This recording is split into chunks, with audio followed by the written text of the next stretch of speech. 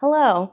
We're going to talk about pelvic floor mechanics today, so you know exactly what's going on with the pelvic floor and the diaphragm and everything when you're breathing. And then we're going to apply it to lifting later on, but this is just kind of like, here's what's happening so you know.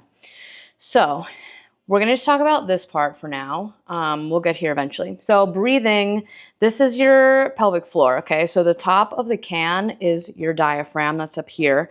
The bottom of the can is your pelvic floor, which is down here. And then the sides of the can are your abs. So just all arounds from the front abs, the side, around the back and such. So this is what happens when you take a breath in. So your diaphragm is chilling like this pretty much when you're not breathing. When you go to inhale, it actually contracts downward in order to create negative pressure in your thoracic and have the air come into your body. So you're here, you're taking a breath in, and your diaphragm is depressing down as it contracts. In order to not mush all your organs together, your pelvic floor at the bottom also has to go down some. So, excuse me, when you inhale, again, your diaphragm is coming down, your pelvic floor is coming down so that there can be air up in here, and then your core and your abs are expanding out to the side, which is these arrows right here.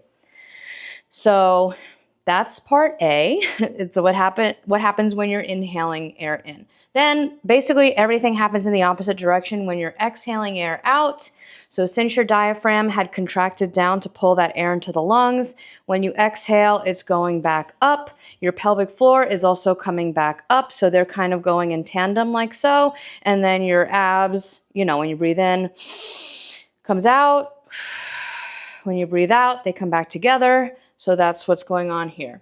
So when we're gonna apply this to some movement coming up next, but just so you're aware of what's moving at the same time, when you do take an inhale and your diaphragm's coming down and your pelvic floor is coming down, that we do that on the eccentric portion of a movement. So say you're doing a squat. My chair's in the way.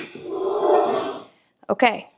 I have a limited room. Let's see if I can do this. When you're doing a squat, you're gonna do the inhale of the motion. So you're gonna breathe in, your diaphragm's coming down, your pelvic floor is coming down, you're coming down into the squat on the eccentric portion. And then when you come out of the squat, you're exhaling, your pelvic floor is coming up and in, your abs are coming together.